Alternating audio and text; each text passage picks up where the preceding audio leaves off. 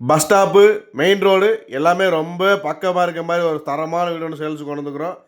கிழக்கு பார்த்த சைட்டில் கிழக்கு பார்த்த மாதிரியே வீடுங்க. எலிவேஷன் ஒர்க் எல்லாமே உங்களுக்கு பார்த்து டிசைன் பண்ணி கொடுத்துருக்குறாங்க. ஒரு 1.25 சென்ட்டுக்கு கூட 2 சென்ட்டுக்கு கொஞ்சம் கம்மிங்க. மொத்தம் 800 சதுர அடியில் வீட்டை கிழக்கு பார்த்த சைட்டில் கிழக்கு பார்த்த மாதிரி ஃபினிஷிங் பண்ணி கொடுத்துருக்குறாங்க. மாடிப்படி போகிறதுக்கான ஸ்டெப்ஸு, அதுக்கு கீழே பார்த்தீங்கன்னா ஒரு அவுட்டர் பாத்ரூம் கொடுத்துருக்குறாங்க. சின்ன கார் வேணால் நிறுத்திக்கலாம். கார் பார்க்கிங் வசதி, போரு, நிலத்தொட்டி எல்லா ஆப்ஷனும் வந்துடுதுங்க. நிலக்கதவு, வால் டைல்ஸ் எல்லாம் உங்களுக்கு சூப்பராக 2க்கு 4 சைஸில் கொடுத்துருக்குறாங்க. வீட்டுக்குள்ளே என்ட்ரன்ஸ் பார்த்தீங்கன்னா 10க்கு 16 சைஸில் ஹால் கொடுத்துருக்குறாங்க. அதிலே fall ceiling work, TV unit, cupboard ஒர்க்குன்ற மாதிரி எல்லாமே உங்களுக்கு பண்ணி கொடுத்துருக்குறாங்க. சூப்பரான ஃபினிஷிங்கில் செங்கல் கட்டுறாங்க. கிச்சனுமே தாராளமாக 8க்கு 8ங்க சைஸில் கொடுத்துருக்குறாங்க. ஃபுல் அண்ட் ஃபுல் மாடலில் கிச்சன் ஒர்க்லாம் பண்ணி கொடுத்துருக்குறாங்க.